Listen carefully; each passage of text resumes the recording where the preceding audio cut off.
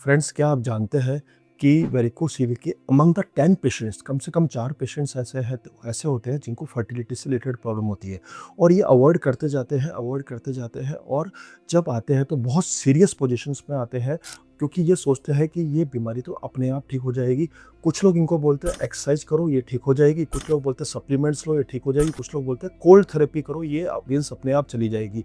वो ट्राई करते रहते हैं और ट्राई करते करते मोस्टली 0 या 1 ग्रेड से 4th ग्रेड में पहुंच जाते हैं और बहुत सीरियस पोजीशन में हमारे पास आते हैं। तो दोस्तों, इस वीडियो में मैं आज आपको यही बताने वाला हूं कि जो कॉमन क्वेश्चंस वेरिकोसिल बीमारी के बारे में जो लोग हमसे पूछते हैं उनके ऑनेस्ट जवाब देने वाला हूं कि क्या वेरिकोसिल खुद ब खुद ठीक हो सकता है, क्या लाइफ स्टाइल से वेरिकोसिल ठीक हो सकता है, क्या फर्टिलिटी पे इसका क्या और कैसे इम्पैक्ट होता है और वेरिकोसिल के ट्रीटमेंट का सही वक्त क्या होता है।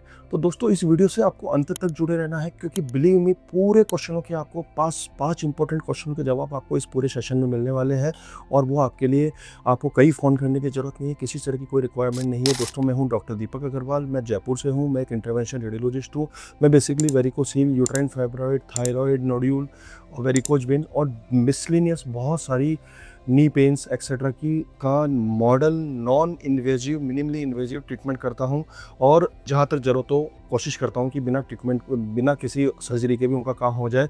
दोस्तों, किसी भी तरह के कोई भी प्रश्न आपके दिमाग में आ रहे हो इस नंबर पर लिख के पूछ सकते हैं, व्हाट्सअप कर सकते हैं या फिर नीचे कमेंट सेक्शन में लिख के पूछ सकते हैं। मैं पर्सनली उनके जवाब देने की पूरी कोशिश करूँगा। तो दोस्तों, मैं पॉइंट पे आता हूँ कि आखिर वेरिकोसिल होता क्या है। दोस्तों, वेरिकोसिल जो होता है वो किसी तरह का कोई बैक्टीरिया नहीं है, कोई इन्फेक्शन नहीं है, कोई वायरस नहीं है।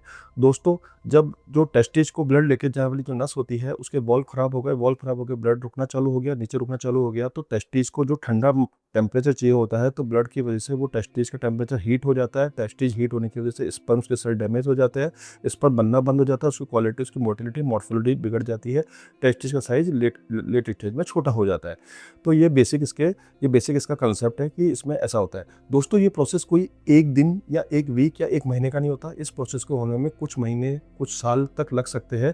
इसलिए अपन को ये फील नहीं होता कि हमारी बॉडी में अंदर क्या डैमेज होता जा रहा है, क्या स्लो पॉइजन डेवलप होता जा रहा है और अपन सोचते रहते नहीं अपने आप ठीक हो जाएगा और आस पड़ोस की सराउंडिंग्स भी ऐसी होती है कि ये तो कॉमन होती है। तो दोस्तों, अब मैं आता हूँ कि जो इंपॉर्टेंट सवाल, जो मैं ज़्यादा टाइम खराब नहीं करता और मेन उन मुद्दों पे आता हूँ कि इंपॉर्टेंट सवाल ऐसे कौन कौन से हैं कि जो पेशेंट कॉमनली हमसे पूछते हैं। दोस्तों, पहला सबसे कॉमन सवाल है कि क्या वेरिकोसिल खुद ब खुद ठीक हो जाता है। तो दोस्तों, ऑनेस्टली इसका जवाब है नहीं।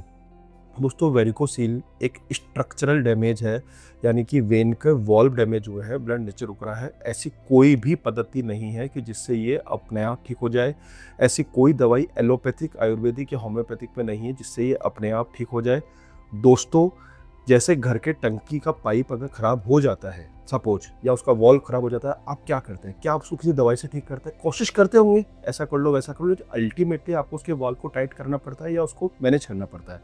तो वैसे ये भी एक मैकेनिकल लॉस है, इसमें ये अपने आप ठीक नहीं होता है। हाँ, ये जरूर कह सकता हूँ कि कुछ पेशेंट्स इसका स्लो आगे बढ़ने के थ्रू सालों निकाल सकते हैं और हो सकता है आने वाले लेट स्टेज में उनको डैमेज हो। किसी पेशेंट्स को मिडिल स्टेज में डैमेज हो सकता है, किसी पेशेंट को लेट स्टेज में डैमेज हो सकता है, पर ये अपने आप ठीक नहीं होता है। दूसरा बहुत कॉमन क्वेश्चन आता है कि क्या एक्सरसाइज से वेरिकोसिल ठीक हो सकता है। दोस्तों देखो, इसका भी ऑनेस्ट जवाब है कि नहीं। एक्सरसाइज से क्या कर सकते हो? एक्सरसाइज से आप अपने सिम्टम्स को थोड़ा रिलीव कर सकते हो। आपके जो टेस्ट में भारीपन है, दर्द है, हैवीनेस जो भी है, उसको आप डील कर सकते हो, लेकिन वेरिकोसिल को ठीक नहीं कर सकते। आप बात समझ, उसका जो जड़ है दर्द औरों की, उसको ठीक नहीं कर सकते। इनफैक्ट अगर आप जिम जा रहे हो, हैवी वेट लिफ्टिंग कर रहे हो, ब्रीदिंग एक्सरसाइज कर रहे हो, तो इसमें वेरिकोसिल का पेन भी बढ़ सकता है और वेरिकोसिल इटसेल्फ भी बढ़ सकता है। तो वेरिकोसिल टेम्परेरी एक्सरसाइज करने से वेरिकोसिल के सिम्टोमेटिक रिलीफ को आप कर सकते हो, लेकिन आप चाहो कि वेरिकोसिल ठीक हो जाए, वो कैसे होगा? वो तो नहीं होगा ना। तीसरा बहुत कॉमन क्वेश्चन है कि क्या कोल्ड थेरेपी, आइस पैकिंग से वेरिकोसिल, सर हम तो आइस पैक लगाते हैं, हमें वेरिकोसिल, हमें अच्छा लगता है, हमें दर्द में कमी होती है। पर दोस्तों, ये आइस पैकिंग भी वही एक सिम्टोमेटिक रिलीफ दे रहा है आपको। आपने आइस लगाई, वेन कंस्ट्रिक्ट हो गई, वेन अंदर चली गई, आपको ऐसा फील हुआ, लेकिन वो वेन परमानेंट थोड़ी गई भाई। जो वॉल्व, ये वेन का जो वॉल्व है, वॉल्व डैमेज हुआ तो वो तो आपने जैसे आइस लगाई तो वो सिकुड़ गया, एक बार सिकुड़ गया तो वो एक बार वेन पतली हो गई। लेकिन जैसे ही आपने ओवर द पीरियड टाइम वो वेन पर्टिकुलर वॉल्व ठीक थोड़ी हुआ, वॉल्व तो खराब ही चल रहा है ना, तो उसका भी कोई खास वैसे वेरिकोसिल डिजीज पे कोई इंपैक्ट नहीं है। दोस्तों, चौथा क्वेश्चन है कि क्या कुछ सप्लीमेंट्स लेने से या आयुर्वेदिक या होम्योपैथिक ट्रीटमेंट से या किसी और नेचुरल ट्रीटमेंट से वेरिकोसिल ठीक हो सकती है। दोस्तों ये बहुत ज़्यादा इंपॉर्टेंट सवाल है। जैसे मैं बोलता हूँ कि आपने सप्लीमेंट्स लिए, आर्जिनिक लिए, एंटीऑक्सीडेंट्स लिए, इनसे क्या होता है आपकी स्पर्म की क्वालिटी और क्वांटिटी तो क्वालिटी इंप्रूव हो सकती है, मैं मानता हूँ। लेकिन जो स्पर्म को डैमेज होने का जो रूट कॉज है वेरिकोसिल, वो ठीक नहीं हो सकती ना। आपने हर चीज़ में सिम्प्टोमेटिक तो रिलीफ पाया, आपकी होता है स्पर्म की क्वालिटी थोड़ी-सी इंप्रूव हो गई हो, लेकिन आपका रूट कॉज इंप्रूव नहीं होता, आपकी वेरिकोसिल बनी रहती है। दोस्तों सबसे एक और क्वेश्चन आता है कि सर मुझे तो वेरिकोसिल तो है, लेकिन मेरे को किसी तरह का दर्द ही नहीं, कोई सिम्पटम नहीं, तो मेरे को ट्रीटमेंट की क्या ज़रूरत है? दोस्तों देखिए, इसमें मैं ये बोलूँगा कि ये फॉर्च्यूनेट बोलो चाहे अनफॉर्च्यूनेट बोलो, मैं तो बोलूँगा कि जिनको दर्द नहीं वो थोड़े से अनफॉर्च्यूनेट है, बदकिस्मत है। कारण भाई जिसको दर्द हुआ वो तो डॉक्टर के पास आ गया और चेक करा लिया, उसको लगा कि हाई ग्रेड की वेरिकोसिल है, तो ठीक करा लिया, चलो डॉक्टर ने बात कर ली। लेकिन जिनको दर्द नहीं है वो टाइम पास करते रहते हैं, और बाद में जब पता पड़ता है शादी के बाद, ये पूछते ये तो मेरे तो स्पर्म में जीरो हो गए। तो अब इसको आप किस्मत बोलो। कई लोग बोलते हैं कि आर्मी नेवी में जाना है, ग्रेड 4 वेरिकोसिल है। तो मैं बोलता हूँ तू ये मान के तो वो आर्मी नेवी में जाना था ना, तो उसने तो पकड़ लिया, ये तेरी किस्मत है। तो अभी तो तेरे को लग रहा होगा मेरा सिलेक्शन नहीं हुआ तो मेरी बदकिस्मती है, लेकिन मैं बोलता हूँ तेरी किस्मत है। अगर तेरा सिलेक्शन हो जाता है ऐसी पोजीशन पे और तेरा बाद में इनफर्टिलिटी हो जाती तो तू क्या करता? तो आपके दिमाग का माइंडसेट, आपका परसेप्शन है कि आप किसको कैसे सोच रहे हो, आप किस चीज़ को कैसे ले रहे हो। मैं तो बोलता हूँ कि आपको, मैं ये कभी क्लेम ही नहीं कर रहा कि हर वेरिकोसिल को ट्रीटमेंट की ज़रूरत है। ये एक एक्सपर्ट को डिसाइड करने दीजिए और तरीके से डिसाइड करने दीजिए। आपको बस मैं ये बोल रहा हूँ कि आपको हायर ग्रेड वेरिकोसिल है, आप अनमैरिड हो, मैरिड हो, सेक्सुअल एज बची है, सब कुछ है, तो आपको उसको डील करना चाहिए। बेसिक फंडा, ठीक है? दोस्तों एक इम्पोर्टेंट क्वेश्चन है कि ऐसे कौन से रिस्क फैक्टर है या ऐसे कौन से लोग हैं जिनको इस वेरिकोसिल के ट्रीटमेंट को या वेरिकोसिल को बहुत ज़्यादा सीरियसली लेना चाहिए। दोस्तों पहले नंबर पे वो कपल जो कि कंसीव करना चाह रहे हैं और जिनको अगर वेरिकोसिल पे डाउट है तो उनको डेफिनेटली एडवाइस लेनी चाहिए। दूसरे वो लोग जिनकी जॉब प्रोलॉन्ग स्टैंडिंग वाली, लॉन्ग स्टैंडिंग वाली जॉब है, उनको ध्यान देना चाहिए। तीसरे वो लोग जो कि मतलब जिनको फैमिली हिस्ट्री है कि वेरिकोज वेन या वेरिकोसिल की, उनको स्क्रीनिंग कराना चाहिए, उनको सिम्टम्स को अवॉइड नहीं करना चाहिए।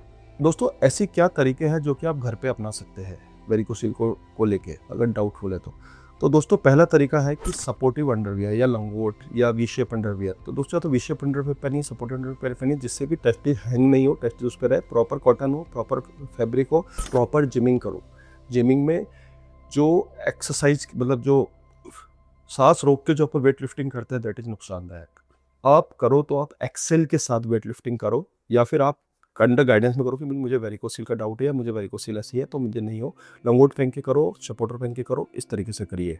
तीसरी चीज़ है कि हीट एक्सपोजर कम करो। आप बहुत टाइट कपड़े मत पहनो कि बहुत ज़्यादा टाइट कपड़े पहन रहे हो, जो अपने स्पा, सोहना बाथ या हॉट टब्स में ज़्यादा यूज कर रहे हो, तो इससे आपको पेन और ये चीज़ें बढ़ सकती है बेसिकली आपकी। चौथी चीज़, कॉन्स्टिपेशन अवॉइड करो। आपको जितना नीचे प्रेशर कम लगाओगे उतना वेरिकोसिल बढ़ने की संभावना, होने की संभावना कम रहेगी। फाइबर डाइट अच्छी लो, हाइड्रेशन अच्छा रखो, जैसे मैं पहले बता चुका हूँ, तो वो सब आपको करना है। दोस्तों कैसे अर्ली डिटेक्शन किया जाए? दोस्तों अगर इस वीडियो को देखने के बाद अगर आपके दिमाग में ये आ रहा है कि क्या मुझे भी वेरिकोसिल हो सकती है, तो दोस्तों इसको अवॉइड मत करिए। आप अपने तो नियरेस्ट इंटरवेंशन रेडियोलॉजिस्ट या अपने यूरोलॉजिस्ट के पास जाइए, एक कलर डॉपलर अल्ट्रासाउंड कराइए, क्लिनिकल एग्जामिनेशन कराइए और उनसे बात करके सेटिस्फाइड होइए।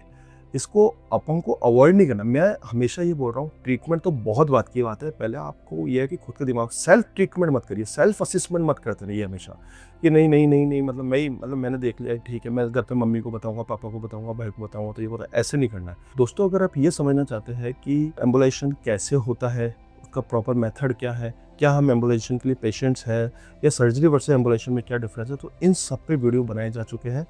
या वेरिकोसिल में आपको लगता है कि नहीं मेरे को तो ग्रेड 1 है, मुझे कौन सी एक्सरसाइज करनी चाहिए, मुझे क्या खाना चाहिए, तो उन पे भी मैं वीडियो बना चुका हूँ। वेरिकोसिल के एम्बुलेशन या सर्जरी के बाद आपको किन किन प्रिकॉशंस को ध्यान रखना चाहिए, इसके बारे में वीडियो बना चुका हूँ। तो इन सब प्रॉपर लाइब्रेरी आपके लिए रेडी है, आप इन पर जाके देखिए, आपको काफ़ी मदद मिलेगी।